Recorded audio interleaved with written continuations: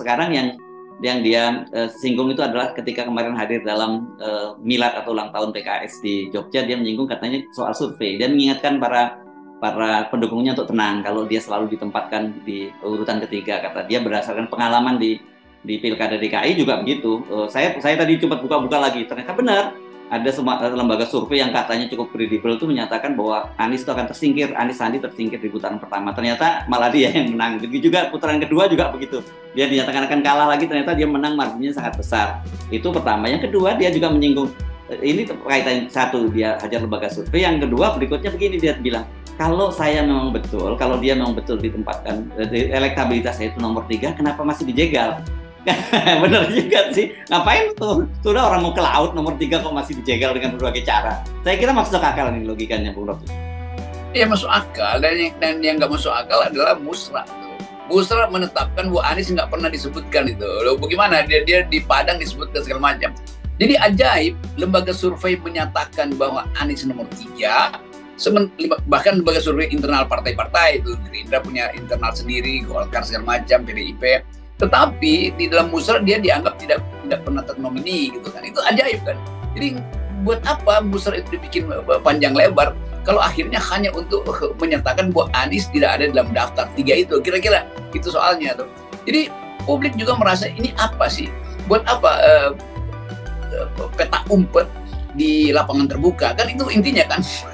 Jadi konyol aja. Mau sembunyi di mana itu? Mau sembunyi di bawah rumput.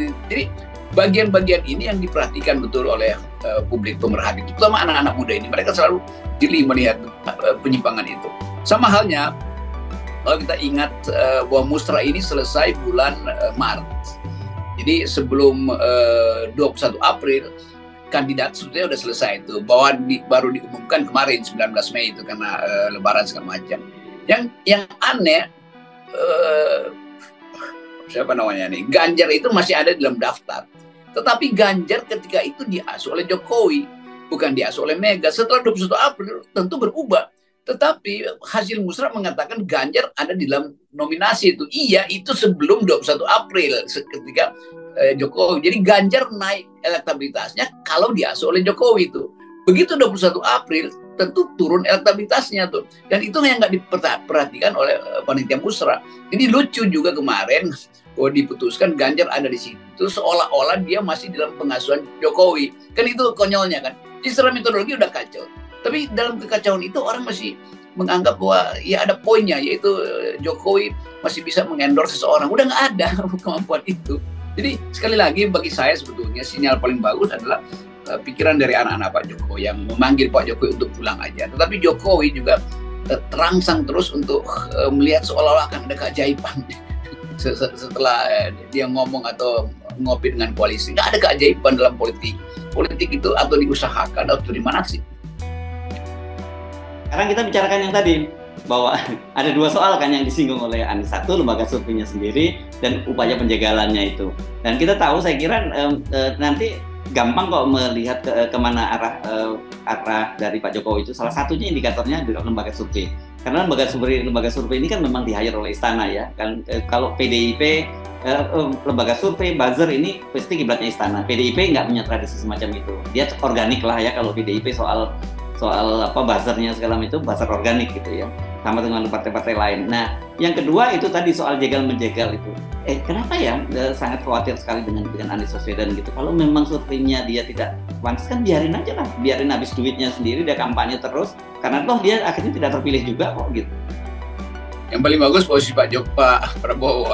Pak Prabowo menganggap udah biarin aja, Anies nggak usah dijegal, atau nanti akan head to head dengan saya. Jadi rasa percaya diri Prabowo itu tinggi sekali. Demikian juga Anies sekarang. Rasa percaya dirinya tinggi karena setelah diganggu oleh kasus Jody Plate, dia merasa enggak, itu tetap publik tahu membedakan antara Nasdem dengan dirinya itu kan.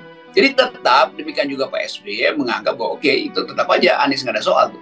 Jadi Jokowi juga salah sebetulnya ambil langkah. Dia nggak hitung bahwa Anies di awalnya itu adalah presiden yang dicalonkan oleh masyarakat sipil, relawan. Baru kemudian diambil alih oleh Nasdem, yaitu nggak dihitung Pak Jokowi. Kalau memang Anies dicalonkan oleh Nasdem, nggak ada dukungan sebesar itu. Kan yang mendukung Anies bukan partai Nasdem, tetapi masyarakat sipil. Nah, formalnya memang Partai Nasdem. Jadi sekali lagi, istana ini karena terlalu berambisi untuk menyingkirkan seseorang jadi ngaco kan. Jadi kita balik lagi pada poin tadi bahwa Anies akhirnya tumbuh atau memanfaatkan momentum Joni Plate ini untuk dia sendiri tampil secara otonom. Nah, itu intinya tuh. Dan otonomi Anies itu memang terbaca di dalam cara dia membuat kalimat. Dan orang anggap itu kan narasi. Oh iya, memang narasi. Tetapi narasi itu menunjukkan bahwa moral Anies akhirnya pulih lagi setelah sebelumnya seolah-olah ditelantarkan oleh koalisi perubahan ini kan. Jadi itu intinya tuh. Nah, Ganjar nggak ada di situ. Ganjar justru melemah gitu karena kasus Joni Plate tidak menyebabkan PDIP mendapat tambahan kursi kabinet kan itu. Sementara Pak Prabowo ya melenggang dengan tenang aja karena elektabilitas naik terus. Ada dukungan dari paling nggak dukungan dari Jokowi berarti tidak akan diganggu Prabowo untuk mendulang suara. Itu minimal begitu tuh. Kalau nggak mendukung nggak apa-apa, saja jangan mengganggu tuh. Karena Pak Jokowi punya beberapa fasilitas di 2019 untuk mengganggu pemilu, termasuk kepala-kepala daerah yang diangkat oleh Menteri Dalam Negeri yang tidak melalui pemilihan umum. Lalu masih ada cerita tentang pemihakan kepolisian di beberapa daerah pada kandidat yang disetujui oleh Prabowo, oleh Jokowi. Jadi kira-kira itu peralatan terakhir Jokowi paling nggak tidak mengganggu pendulangan suara oleh Gerindra. Ya, saya kira itu yang lupa dibaca ya, karena targetnya jelas bahwa dengan menghajar Nasdem melalui Joni Plate ini kan diharapkan kemudian suara dari Anies juga anjlok begitu ya. Tapi kalau kita amati justru malah menunjukkan soliditas di kalangan di internal koalisi perubahan untuk kesatuan. Yang kedua tadi itu basicnya itu salah gitu karena fondasinya dari Anies itu bukan partai politik, tapi para relawan tadi kan gitu ya. Jadi banyak istana ini kan kebanyakan surveyor, tapi logika di dalam memutuskan hasil itu dan mengucapkan hasil atau mengantisipasi hasil nggak dipakai kan. Jadi ada otak-otak bodoh di situ yang nggak tahu bahwa variabel non elektoral itu bekerja di dalam sistem survei itu soalnya loh. Ini kurang mampu mereka berpikir begitu. Tapi ya udah, karena mereka memang berpikir sekedar soal elektabilitas yang sifatnya formal. Jadi dihitunglah Anies didukung oleh Nasdem. Nasdem berapa orang sih? PKS berapa pendukungnya? Gerindra berapa pendukungnya? Demokrat berapa? Lalu dianggap bahwa itu pasti cuma segitu. Loh, Anies itu bukan